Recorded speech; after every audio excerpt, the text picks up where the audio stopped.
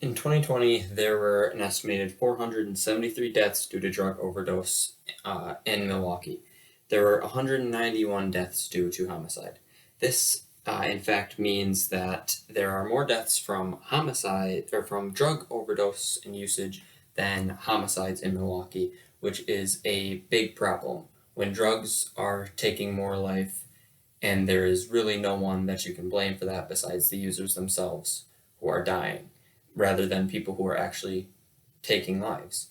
My evidence comes from FBI Crime Data Explorer that gives all statistics on crime and homicides, and why 2020 saw the most drug-related overdose deaths in Milwaukee history, and that is from WUWM 89.7.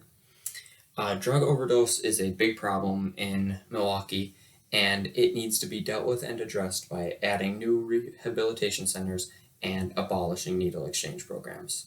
I will look at this by talking about how needle exchange programs can hurt and yet help the community, except they hurt it more, how with the other solutions and their flaws, and my final point, adding new rehabilitation centers. First, I would like to talk about how needle exchange programs can hurt the community or hurt the community and help, yet I believe the hurting still outweighs how much they help. In cities such as Philadelphia, they have needle exchange programs where if you bring syringes, you get syringes back. So you bring the dirty, contaminated ones, and you get clean ones. Some people do this in big loads and have multiple syringes, big like units, with hundreds. Some people only get one. The people who get one are not much to worry about. They usually just are coming to get their one syringe so that they can inject and use safely. However, the people who bring more turn it into a sort of black market. They take these syringes that they get, they go to a street corner, and they sell them for money. This creates a black market and kind of a drug circuit within the city, taking advantage of something that normally should be looked at as good and helpful to users who need the help. They're taking it as an advantage for their own personal gain. This comes from an article, Needle Exchange Programs Create a Black Market, and this is from NPR. Next, I would like to talk about how they hurt in the way that they attract users and dealers to places that have needle exchange programs. In Chicago, when a needle exchange program was implemented, they saw a rise of 60% of users and dealers flooding that area. This creates high drug traffic and almost promotes the drug trafficking and promotes selling and doing drugs because there are clean syringes there, which means there are clients, which means that there is a way to get high and a way to buy and sell drugs. This comes from an article paraphrased, not in my backyard, from pubmed.gov. Next, and they also can help the community. There are stories of people that seek needle exchange programs, and then they tell them about rehabilitation centers, and then they enter rehab and get clean. However, I think that, and this comes from a woman who did seek a needle exchange program in New York. She got help, and she is now many years sober. And this comes from an article, War on Drugs, Are Needle Exchange Programs Immoral, from The Atlantic.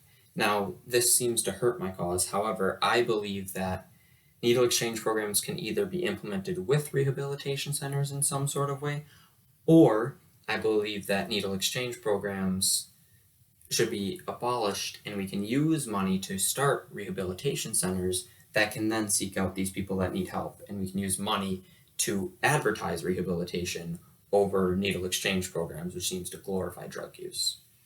Next, I would like to talk about other solutions and their flaws. Another solution that I was researching was banning drug paraphernalia from pharmacies.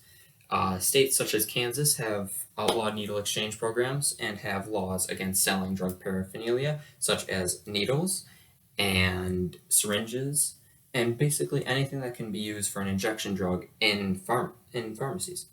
This looks like a good cause at first. However, it is not. It is not very effective, and it only creates panic within the community. If we were to limit selling paraphernalia, that can cause problems for multiple people, including at-home nurses and people who need these syringes for medical reasons. Also, banning paraphernalia is a very hard thing to do, and I believe that is not something the community that Wisconsin can do. I would also like to talk about how needle exchange programs can be seen as a burden to the community. They seem to stigmatize drug users when all they're really looking for is help. They just want somebody to help them.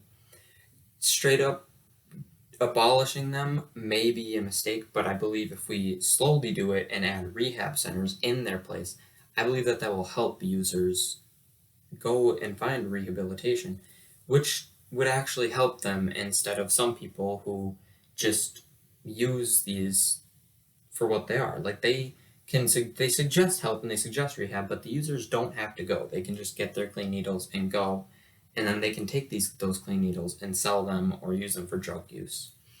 My research from this comes from drug paraphernalia laws and alternatives to syringe exchange programs, which is the same thing as needle exchange programs. That's an article from Network of Public Health, and legal issues and drug paraphernalia from National Academics Press. Lastly, I would like to talk about how we can implement new rehabilitation centers to take the place of needle exchange programs. There is a process to doing it. You can find out by searching "How to Start a Rehab Center" by the Drug Rehab Agency. There is a number on there. It tells you the process. Needle exchange programs, rehabilitation centers to start cost about $100,000 to $2 million. I believe with the size of Milwaukee and what we are trying to accomplish, it'd be about $1.5 million. That would cause an increase in taxes, but rehabilitation centers can get federal support. Needle exchange programs do not get any more federal support from the government. And I believe with federal support and people paying about the same amount of taxes as they would for needle exchange programs, the citizens would be more willing to pay for taxes to help drug users and add rehabilitation centers than for syringe exchange programs, which just seem to enable, and if people are not educated on them, they may think that it just helps the users in their quest to get high, basically. With all that said, I would like to talk about the type of treatment that these people would be receiving, and I believe they should be receiving inpatient help. Inpatient is quicker, it is cheaper in the long run, and it is much better because the users receive around-the-clock support instead of outpatient, which they have to monitor themselves, and they only get check-ins every once in a while. Inpatient helps, and it is a much higher success rate. Yes, they range from 6 to 2 years, but outpatient can take anywhere from 3 to 5. All of my research comes from an article, Inpatient versus Outpatient Rehab, from the Addiction Center. In conclusion, I believe that drug use is a big problem, as it has killed far more people than homicides have. And I would like to address this problem by abolishing needle exchange programs and adding new rehabilitation centers. I showed this through how needle exchange programs can help yet hurt the community, other solutions and their flaws, and adding new rehabilitation centers to Milwaukee. In conclusion, drug overdose and death due to injection drugs is too high and should be addressed by abolishing needle exchange programs and adding new rehabilitation centers.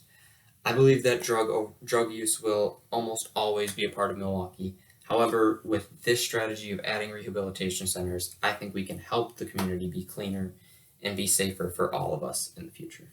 Thank you, and goodbye.